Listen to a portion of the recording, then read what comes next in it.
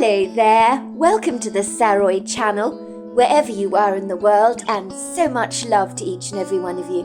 I do hope you're doing remarkably well. I'm doing great, thank you very much, and I've got a lovely story for you that you're really going to enjoy. So before we get started, don't forget to subscribe to the channel, click the notification bell and the thumbs up, and let's get started with the story tonight.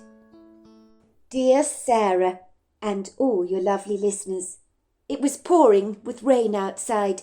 It was unrelentingly breaking through the clouds, almost as if the gunmetal sky herself was brooding in a lugubrious melancholia, not unlike my own. It was almost as if the weather herself was commiserating with me, or at the very least mirroring my own sense of grief. I knew my loss was as profound as having learnt that someone I loved had been killed in a tragic car accident. I wondered if I would ever rise above the heaviness in my heart that weighed me down so much that even my movements on this morning were clumsily awkward, reflecting my grievous despair. By all accounts, it would seem that amidst the rain showers that had fallen from the heavens, in bucket loads I might add, intermediate blasts of white hailstones had belligerently burst through the darkening sky, so that old Mr. Riley's house shook from the whooshing vibrations, as the pinging sounds of ice beat against the walls of his red-brick terraced house like hundreds of bouncing ping-pong balls. Old Mr. Riley's verdant lawn was now spectacularly swathed in a plethora of crisp white little icicles. It looked almost as if dozens of cherry blossom trees had covered the ground in showers of pretty white blossoms, like a bridal shower of confetti, although the hail had brought down with it, and its mighty force, hundreds of leaves and broken twigs that were scattered liberally across the lawns in the neighbourhood, so that if you hadn't known any better, you would have thought it was autumn, as if the trees were wantonly shedding their old clothes. I was in no doubt that after this capriciously thunderous rampage from the heavenlies, that our street had been left an abundance of leaf litter to clean up. I knew the hail would likely have damaged some of Mr. Riley's showy display of roses, which would not make him remotely happy. He was exceedingly proud of his rose garden, which he had nurtured lovingly for many years. Mr. Periwinkle was Mr. Riley's grey and white cat, and on this rather outlandish morning, that would have stood out for me on a calendar in red angry writing, given the dramatic impact the day would ultimately have on the rest of my life, was perched happily on the window-sill, looking rather bemused as he watched the sky exhibit its dazzling acrobatic performance, the likes of such the young cat had probably never seen before a day in his life. It would seem his wide blue eyes expressed a degree of disgusted revulsion. He twitched his appalled tail, tucking it neatly to his side. I knew Mr. Periwinkle, who very much liked his creature comforts, would never dare go outside in this crummy, disagreeable weather, for he abhorred the idea of getting his perfect white-bibbed paws rudely sullied. Mr. Periwinkle detested the rain, and even garden sprinklers were an absolute no-no for the debonair cat. I suspected his extreme aversion to all things wet was probably due to the fact that as a kitten, Mr. Periwinkle had sadly been found lying half-drowned in the middle of the road, strewn with large potholes and puddles of water, during a thunderous storm. Old Mr. Riley had discovered the frightened, soaked little kitten when returning from a fortuitous trip to town. At first he thought the little furry bump, lying parked in the middle of the road, was probably a dead rat. He had stopped his car to remove the roadkill, so it didn't get more squished and pulverized by other cars. He hated seeing that done to any animal, even if it was considered venom by most. He believed all life should be respected and honoured. When he bent down to examine the tiny little bundle of fur lying before him like a matted ball of wool, he had been taken aback when he began to hear it meow. Meow, meow, meow. "You're alive," Mr. Riley had chuckled. "You poor little thing." He had been quite taken aback. "What are you doing lying in the middle of the road like this? This is no place for a little kitten like you. Where is your mother? You could have been run over, you silly little munchkin." Mr. Riley had picked up the kitten and brought her home. "You poor, poor thing," he had said tenderly to the kitten, stroking it gently. "You're soaked to the skin, freezing cold. You could have died out there." Old Mr. Riley had blow-dried the kitten's saturated fur with his late wife's hairdryer, and had given it some minced chicken to eat, which it scoffed hungrily. Mr. Riley had hoped for the very best. The kitten was obviously in a bad way. It was weak, scrawny, very emaciated, and rather bedraggled. Ostensibly, he had been certain that Mr. Periwinkle would not survive the night, but the following morning he had found the tenacious tiny little kitten curled up in a ball under his comforter, lying over his feet, and that had been that. The cat, which at first he thought was a girl, had moved in. Mr. Riley was smitten by the little thing, and who could blame him for that? Mr. Periwinkle was absolutely adorable. To look at, he had long silky hair that suggested that he was of Persian lineage. I would have loved myself to have owned such a delightful bundle of fluff like Mr. Periwinkle, but my husband claimed cats and dogs gave him allergies and made him wheeze, which I suspected was a barefaced lie on his part. My husband throughout the course of our marriage would say absolutely anything to get what he wanted. He used the power of manipulation to cast out his spells. I noticed that old Mr. Riley was happily sitting on one of the rather grandiose stylish wing chairs by a warm welcoming fire this morning that was crackling away merrily in the hearth, casting a warm cheerful glow over the cosy living room, and ironing away the icy coldness that the recent rainfall had brought to our homes of late, despite the fact that it was actually supposed to be summer. Certainly it would seem the wet weather made us falsely begin to believe that the winter had never fully abated, like an old, rather unfortunate cough that keeps making a reappearance. Mr. Riley was happily reading a newspaper. The old man found the idea of reading the news from a cell phone not only intolerable but unacceptable. As being in his 80s, he was very much set in his ways. He liked the old-fashioned feel of the paper in his fingers, and his eyes darting over the riveting articles you'd unlikely see on a cell phone. He occasionally looked up at me through his pale blue eyes, heavily crinkled by a road map of endearing lines. "It's bad weather out there this morning," he said. "Imagine being caught out in that hail. Some of those stones are quite sizable. I dare say they could do quite a lot of damage. I mean, look at the leaves. They're absolutely everywhere. I'm worried my roses have taken a huge beating. Some of them have only just burst into bloom, and I've got some prize specimens out there at the moment on display." "Don't you worry, Mr. Riley. I'm sure they will regenerate," I said sympathetically, casting him a watery smile, which did not meet my eyes, because happy this morning I certainly was not. I was naturally trying to hide it well, but I had not been particularly good as an actress at the very best of times. In truth, I was close to bursting into tears. Mr. Riley studied me curiously for a brief moment. He cleared his throat rather awkwardly and said very gingerly, "Are you all right, Fiona? You look a little, what's the word, out of sort, perhaps. Not your usual upbeat, chirpy self, if you don't mind my saying so. It's as if you're wearing the weight of the world on your shoulders. I noticed when you came in this morning, you looked a little worse for wear, as if you'd had some rather unfortunate news or something." "I'm fine, Mr. Riley. Really I am," I said hurriedly, squatting his words away with a nonchalant air and waving my arm around as if to say, "No, there's nothing wrong with me," as I rather unsuccessfully attempted to plaster a smile on my face.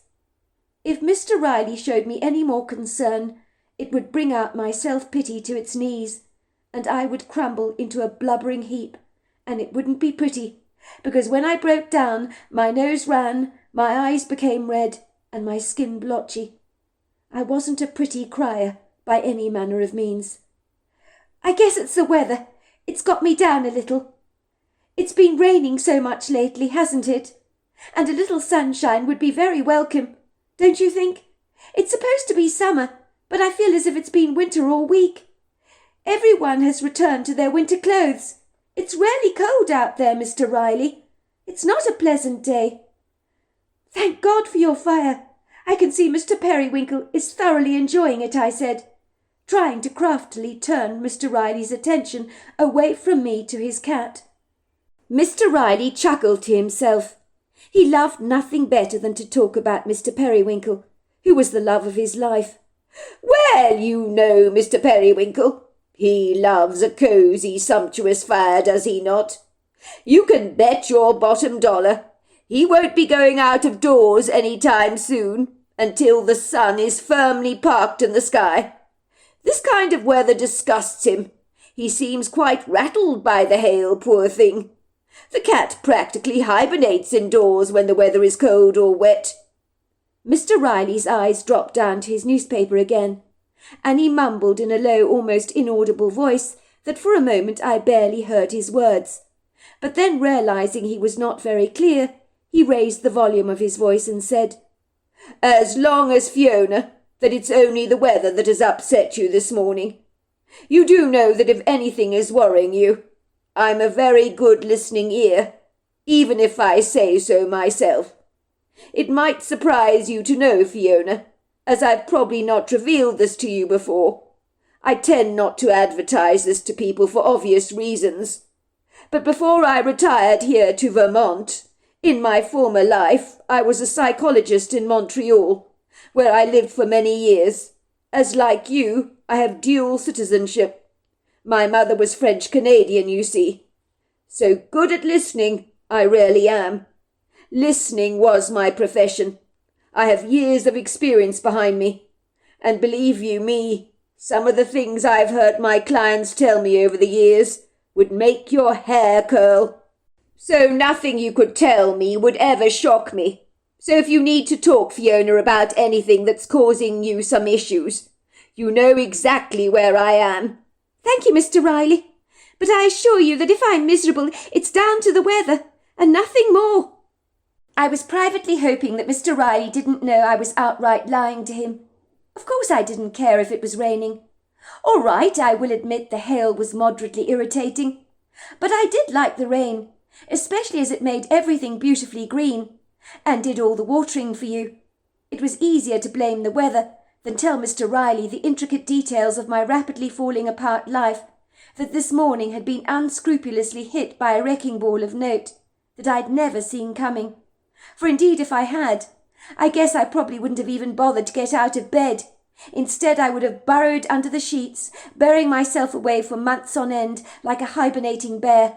There's something to be said for exiting from the world when the weather is furiously cold. My heart was frozen like an icicle. Indeed, it was so brittle it could easily have broken. I must admit this was my first time learning that Mr. Riley had been a psychologist in his younger days. This was news to me, and something he'd kept from me and the locals in Vermont. Perhaps he didn't want them knowing that he might be psychoanalyzing them. I wondered if he'd been studying me and my family over the last few years, and God knows what he thought about my family's complicated relationships. The thought made me feel a slight twitch of discomfort. I guess it all made sense when I stopped to think about it. I'd never met a greater listener than Mr. Riley. The kind man always inquired after me and my family. It would seem he was always interested in other people's lives. But when you're living all on your own, other people can be extremely interesting. I always wondered why he'd come to Vermont, since he'd lived in Canada most of his life, but it would have been rude to pry about his reason for relocating, because it was none of my business. I suspected, of course, that old Mr. Riley did get lonely from time to time, especially after his beautiful wife Gloria had fortuitously died 8 years prior. It had broken his heart into smithereens like a fragile piece of china, even though he was quite philosophical about it, saying he was at a time in his life when people sometimes did die. She had a good innings, he said to me. Died very happy, she did, and I'm certainly glad she did not suffer. I would have hated her to have a long drawn-out illness. It was better her going this way. I had known his wife Gloria since the couple had moved next door to us about 15 years ago. She was a delightful woman. The two of them made the quintessential perfect couple. I understood his wife had been born with diabetes, so she was always monitoring her insulin levels. One day his wife had taken a shopping trip to the local town. Her blood sugar had plummeted, becoming so low, unbeknown to her, as she'd failed to check it that morning, which was something she did as a matter of routine, like brushing your teeth. So why she never checked it that morning is something Mr. Riley never failed to understand. Gloria's blood sugar had been so lethal, she'd passed out in the car into a diabetic-induced coma and driven straight into a tree and was killed on impact. And the devastating loss had hit Mr. Riley hard, throwing his life completely off its axis, as he had hoped, being the older of the two, he would go first, but it hadn't happened that way. I was currently concentrating on the job at hand, through somewhat bleary eyes, busying myself with household chores, industriously hoovering carpets, polishing furniture, and washing dishes in Mr. Riley's house, which I did so robotically every day, with an impressive efficiency. I worked for Mr. Riley 5 days a week, from 9:30 to 12. I tried not to think about the deep sadness that was clawing up into my heart, almost as if hundreds of miniature piranhas were swimming around my bloodstream and indiscriminately tearing away at my flesh, eating me alive from the inside out. I could feel the nausea welling up in the back of my throat, as if I wanted to be violently sick. The closest memory I had to feeling out of sorts like this was when I experienced morning sickness in my 2 consecutive pregnancies, 18 months apart, that had happened such a long time ago. It felt like another lifetime. My 2 boys had grown up and had long since left home, and had chosen to move as far away as possible from our small town in Vermont to a booming Texas state. I knew they'd deliberately chosen to move as far away from us as possible because of their dysfunctional relationship with their father, of whom they despised, and given the way my husband had treated them over the years, with his abrupt, unkind, cursory words, poisoned by cruel, condemning spite, I certainly couldn't blame them for that. I was fortunate to have a great relationship with both of my adult children, but they never spoke to their father, whom they ruthlessly cut out of their lives. He had never been invited to their weddings or christenings of their children. I was now a grandmother, with my 2 adult children having toddlers of similar ages. They lived close to each other on the same street in Houston. I adored my grandchildren and visited them as often as I could. Sometimes I wondered where the time had got to, as it seemed to have slipped through my fingers like greasy butter. It seemed like only the other day when I was 21. I was now in my mid-50s, but judging by the loathsome way I was feeling, I may as well have been a decrepit 100-year-old woman. I certainly felt like one, the way I was chugging along this morning like a train that had run out of all its steam. I certainly didn't want Mr. Riley to see the fretful, unhinged state I was in, nor did I want him to notice the pitying tears that were clandestinely sliding down my cheeks, like sorrowful raindrops, that I wiped away with the back of my sleeve, surreptitiously, scolding myself for being such a big baby. "Get a grip," I kept telling myself over and over again. Everything that had happened this morning had felt so dreamlike, so surreal. It was like it was happening to somebody else. Definitely not to me. How had things gone so badly awry in my life? Why had it just blown up in my face like a grenade? I felt like the Blitz fruit that had been pulverized in the blender for a smoothie at breakfast. That was how emotionally overwrought and disquieted I had become. Naturally, I was grateful for the cleaning I was doing for Mr. Riley. I saw it as the perfect distraction, which was why I had turned up for work in the very first place. I could easily have phoned in sick, gone straight to bed with a Tylenol, spent the entire morning soaking my pillows with my tears and mooching around the place. But what good would that have done? Even so, it would seem, being stuck at work, the inauspicious, ominous events of the morning unfortunately kept replaying themselves in my head over and over again, like a static radio that simply wouldn't shut up, even when you turn off the switch. It was easier to be in denial, rather than admit that the carpet had been so unscrupulously pulled out from beneath my feet, in such an unseemly, inelegant way, bringing up with it all the silty, dirty muck, cobwebs and filth that had probably laid buried there for many, many years. I wondered how life had been this cruel. It certainly wasn't fair. I hadn't deserved any of this. I had lived in this delightful green leafy neighbourhood in Vermont for over 30 long years now. My next-door neighbour, Mr. Riley, was a very dear old man and a good friend. He was in his early 80s now, and although he was fit on his feet and quite mobile, he was useless about cleaning up after himself, which was where I had come into play. In the beginning, the old man had been hoarding all kinds of unnecessary stuff, like magazines and newspapers, that he failed to throw away.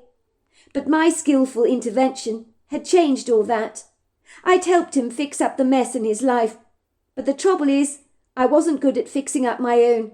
Cleaning up other people's messes was a walk in the park for me, but my messes I swept under the sofa and conveniently pretended were not there. I helped Mr. Riley successfully keep his life in apple pie order, as my organisational skills were enviably impressive, so his house these days was deprived of clutter, as all the things Mr. Riley had been squirreling away had been thrown out.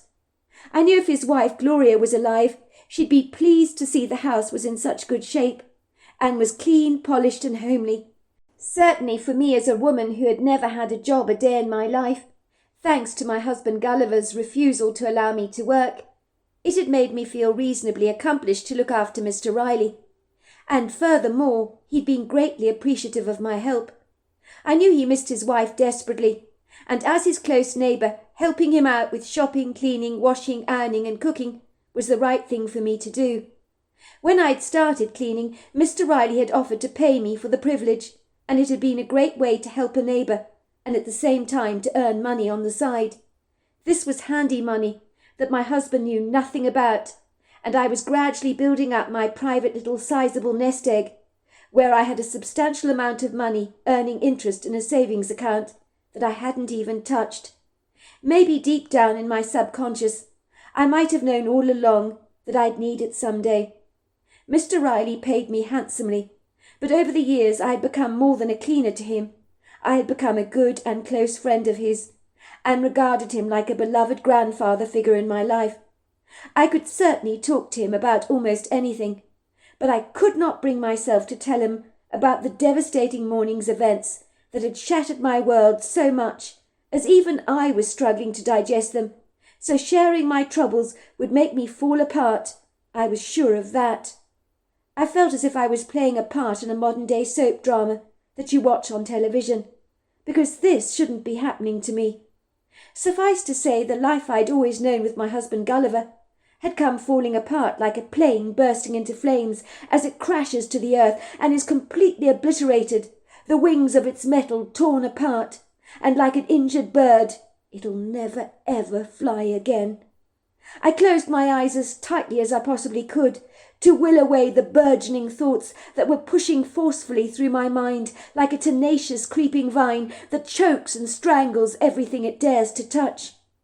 I vigorously polished the furniture, sensing that Mr. Riley's eyes were pinned directly on me. Please, please don't let him know what's going on with me.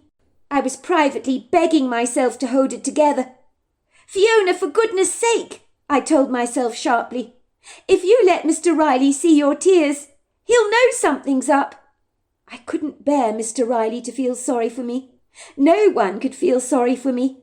Certainly not more than I did for myself. And any sympathy Mr. Riley might direct my way would likely turn me into a blubbering baby. I wouldn't be able to hold it together and would burst into uncontrollable sobs, and I couldn't allow that to happen.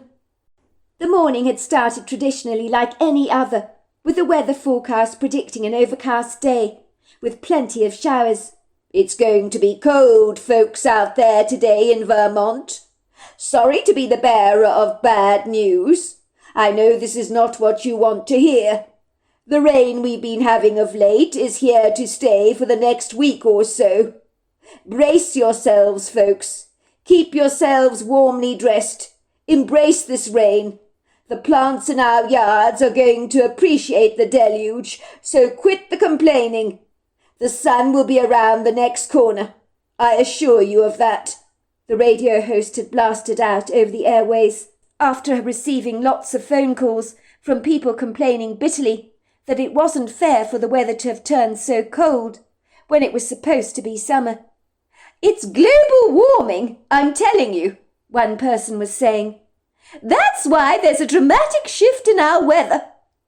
My husband Gulliver had left for work at 7 o'clock, as he always did every morning, holding his leather briefcase very tightly in his hands, and climbing into his zooty sports car. It was a bright yellow Lotus that was infinitely more cheerful and impressive than he was, and made up for the shortfalls in his dull personality.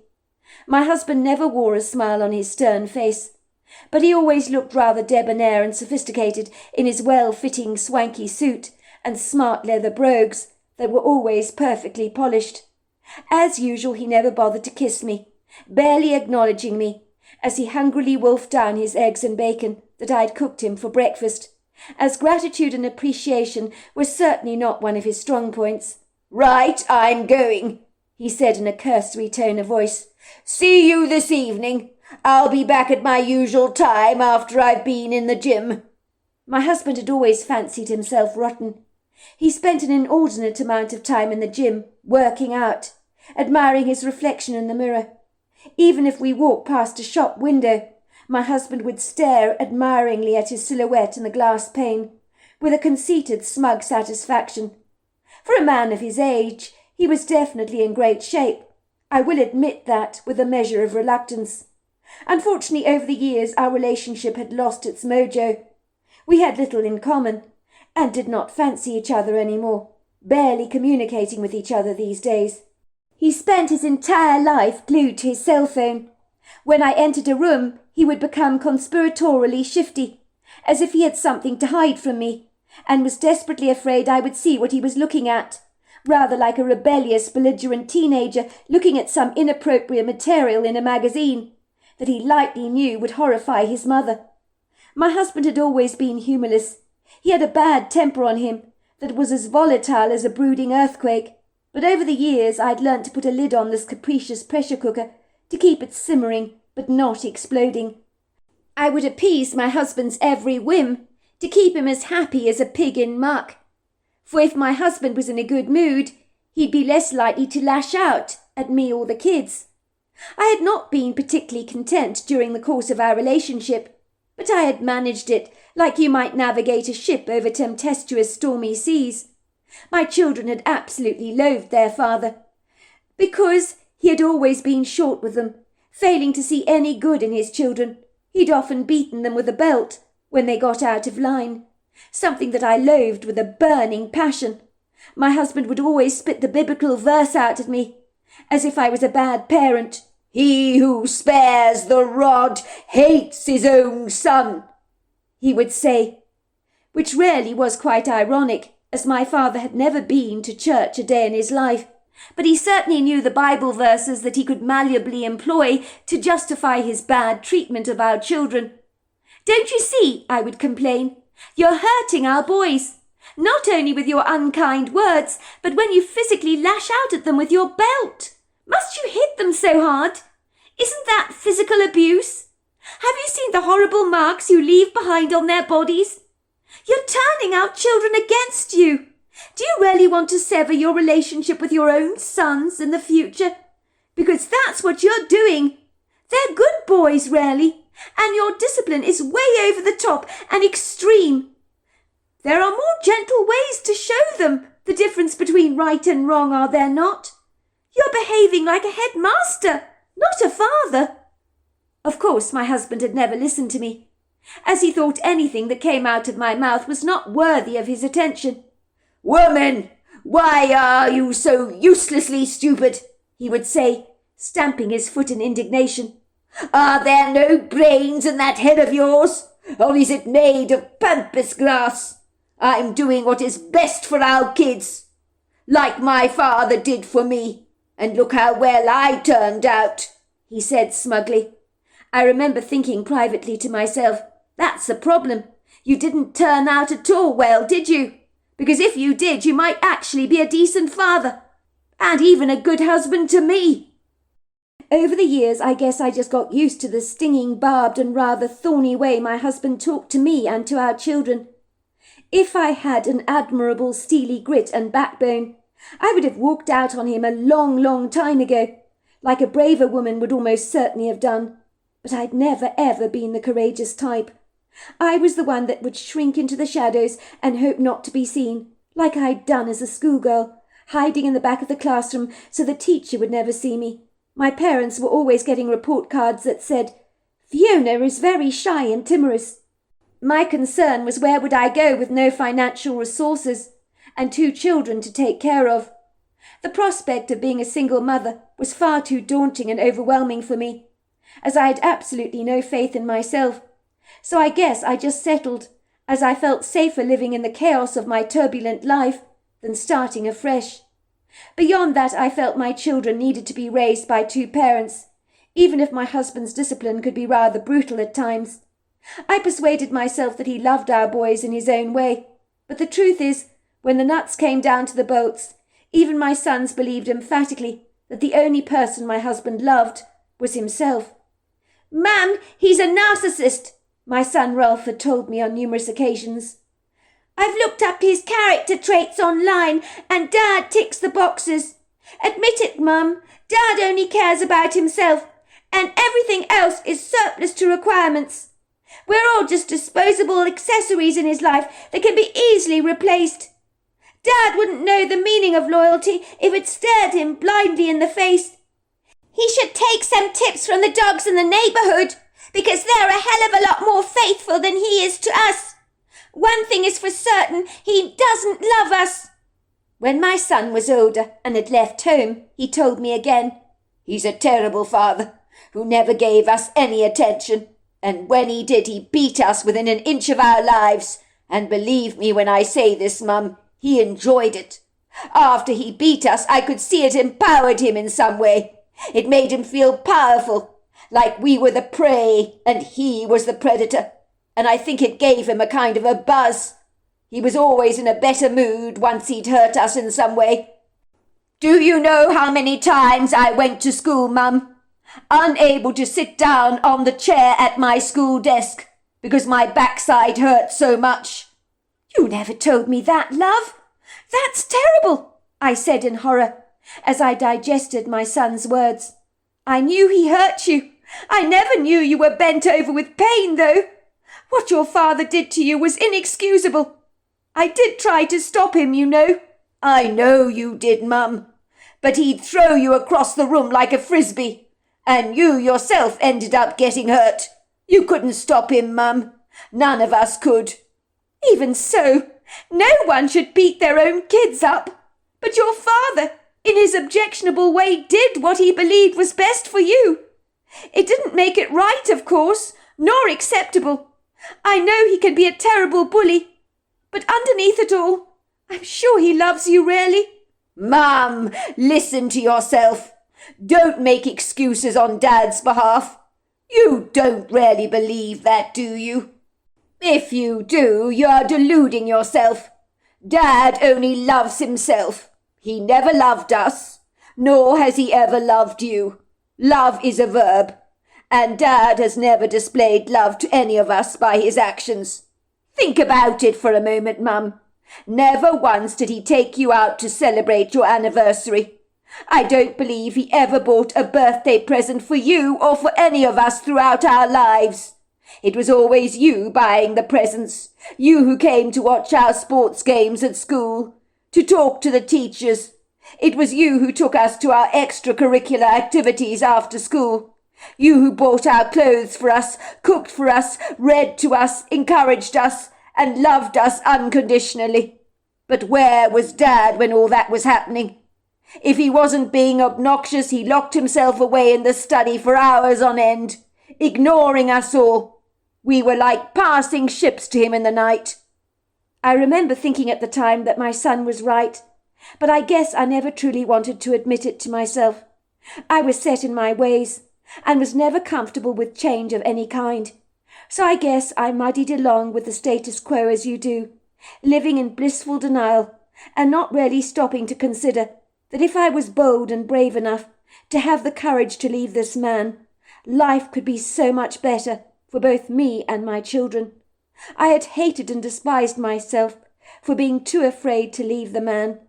It's amazing what you can get used to and learn to live with, even if it does not serve your best interests. By all accounts, what had happened to me this morning, I had never seen coming. I closed my eyes as I tried to block out the taunting imagery, as it was stinging to say the very least, as if someone had struck a thorn into a balloon and popped it with one sharp, nasty jab, so it exploded. I was that balloon. So there we are. That is the end of part 1 of our story. Part 2 is tomorrow night. And we're about to find out what the wrecking ball is in Fiona's life. So join me tomorrow night. I look forward to seeing you then. Until next time, goodbye and good night.